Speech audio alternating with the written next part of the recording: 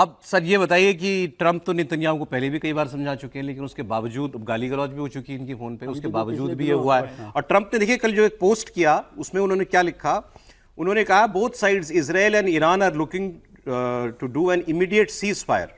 चलो मान लिया, वो कह रहे हैं दोनों को मैंने कह दिया। Final negotiations on peace are proceeding subject to ignorance और स्टुपिडिटी गेटिंग इट्स वे। कोई अगर बेवकूफी ना करे, मूर्खता ना करे, तो हम जल्दी डील जो है उसके करीब जो है हम पहुंच जाएंगे, लेकिन ब्लॉकेड मेरा जो है वो फाइनल डील होने तक लगातार जारी रहेगा। जी, तो एनबीए का मैच देखने, फाइनल मैच देखने ट्रंप गए तो उन्होंने वहां ये कहा है कि ईरान और इजराइल जो है वो एक हफ्ते तक सीज फायर के लिए मान गए हैं। सिर्फ एक हफ्ता? एक हफ्ते।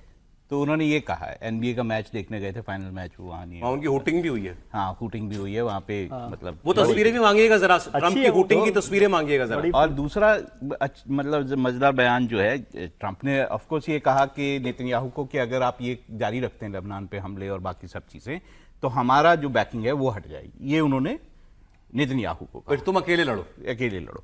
लेकिन दूसरी तरफ इजराइल के जो एम्बेसडर हैं जो अमेरिका में, उन्होंने इन बातों पर जो बयान दिया वो भी बड़ा इंटरेस्टिंग है।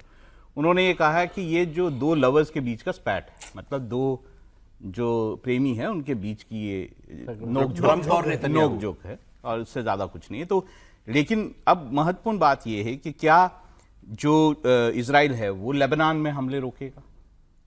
अगर वो ये हमले नहीं रोकता है तो ईरान और अमेरिका के बीच में डील होना मुश्किल है। सर, ईरान कह रहा है कि ये हिजबुल्लाह को ना मारे, और ये चाह रहे हैं कि फिर कि हिजबुल्लाह पर कोई कमिटमेंट, वो इसको कमिटमेंट से मतलब नहीं है इजराइल को, उसको खुद खत्म करना है। नहीं, उसको है ही नहीं ना, इसमें कोई मसला नहीं है। लेकिन ये भी बात है, वो जैसे उन्होंने कहा कि टू लवर्स स्पेक्ट, वैसे ही उसको हिंदी में यूं भी कहते हैं कि ना तोकू और ना मोकू ठोर, जाए कहाँ, ना वो छोड़ सकते ना वो छोड़ सकते। तो वो दोनों ऐसे ही चलेंगे। अभी आपने जिक्र किया, पिछले दिनों तो डांट भी दिया था, ऐसा बताया क्या ट्रंप साहब ने नेतन्याहू को, जो गाली दे दी थी, गाली दी थी। हाँ, जो भी प्रेम व्यवहार था उनका वो उन्होंने किया। लेकिन ट्रंप रहेंगे नेतन्याहू के साथ ही, कहीं नहीं जाएंगे। वो तो पाकिस्तान को नहीं छोड़ रहे, नेतन्याहू को क्या छोड़ेंगे? लेकिन सर चर्चाएं यही हैं, लोग कह रहे हैं कि पहली बार हुआ कि ट्रंप परेशान है कि भाई अब इस जगह फंसे हुए हैं, लेकिन फिर भी उनको खड़े रहना है नेतन्याहू के साथ। लेकिन वो चाहते हैं कि उनको डांट डपट के या जो भी तरीके से इस प्रेशर में रखे कि ईरान के साथ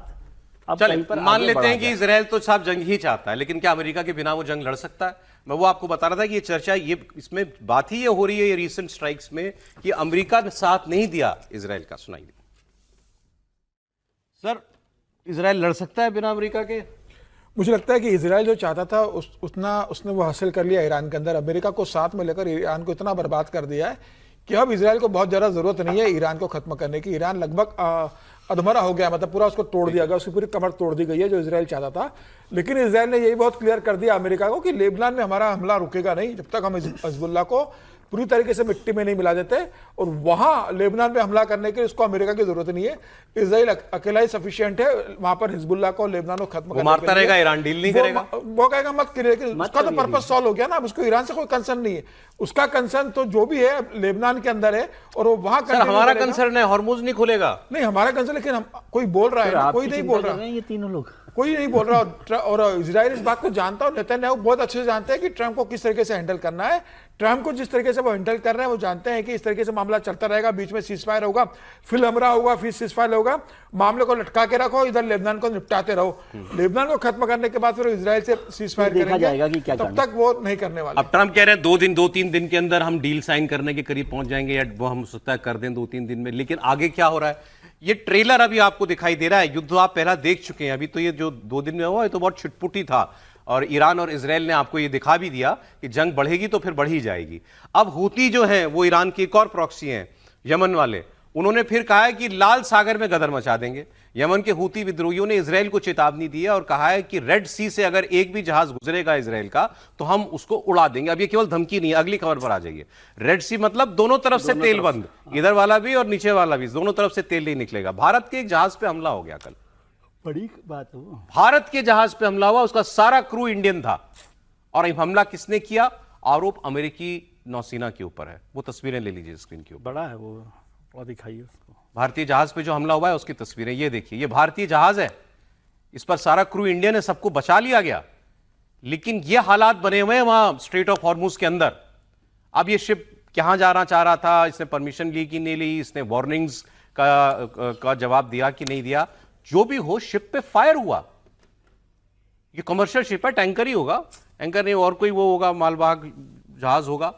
इस पर हमला हो गया और कह रहे हैं अमेरिकी फोर्सेस ने इस पर हमला किया। सर देखिए, जहाँ तक ट्रंप की उम्मीदों का सवाल है तो हम वो उम्मीदें पिछले 2 महीने से देख रहे हैं। जब वो सीज फायर हुआ था उसके बाद से लगातार कह रहे हैं कि बस होने वाला है, होने वाला है।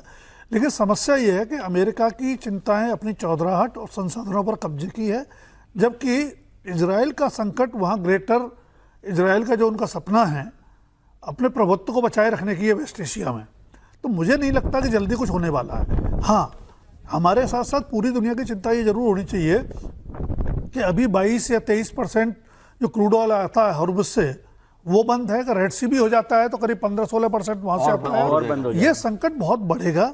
इसीलिए बाकी दुनिया को ट्रंप, ईरान, इजराइल, इनके अपने अपने वेस्टेड इंटरेस्ट है और ये तीनों ही एक तरह से मिसगाइडेड या अनप्रेडिक्टेबल लोगों के तौर पर व्यवहार कर रहे हैं। इंटरेस्ट होंगे अपने, लेकिन दुनिया के इंटरेस्ट को ध्यान में नहीं रख रहे हैं। तो बाकी दुनिया को मिलकर के कोई न कोई ऐसा रास्ता जरूर निकालना चाहिए।